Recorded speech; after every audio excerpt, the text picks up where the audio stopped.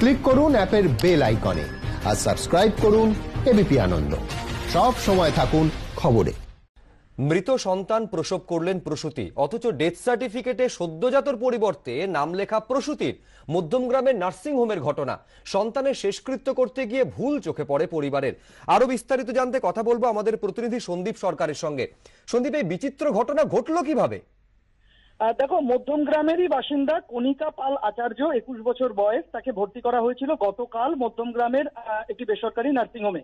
সেখানে তিনি আজকে পুত্র সন্তান প্রসব করেন। হাসপাতালের তরফ থেকে জানানো হয় যে ওই সন্তান জন্মের পূর্বেই মায়ের গর্ভে তার মৃত্যু হয়েছে। এ পর্যন্ত সব ঠিকঠাকই ছিল।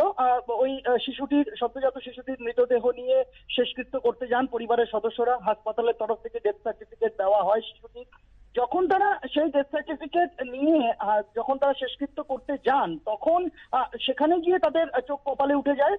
তারা দেখতে পান যে ডেথ সার্টিফিকেট তাদের দেওয়া হয়েছে, সেই ডেথ সার্টিফিকেটটি সদ্যজাত মৃত সন্তানের নয়, তাতে নাম লেখা রয়েছে তার মায়ের।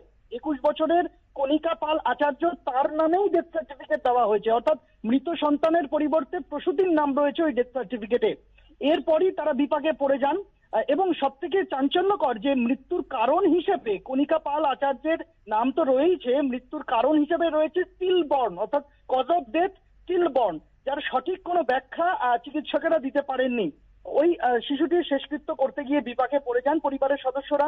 এবং যে জায়গায় তারা গিয়েছিলেন সেখানে আধিকারিকরা যারা ছিলেন তাদেরকে বিষয়টা বোঝানো হয়। তারপর শিশুটির শেষকৃত্য করতে পারেন পরিবারের সদস্যরা।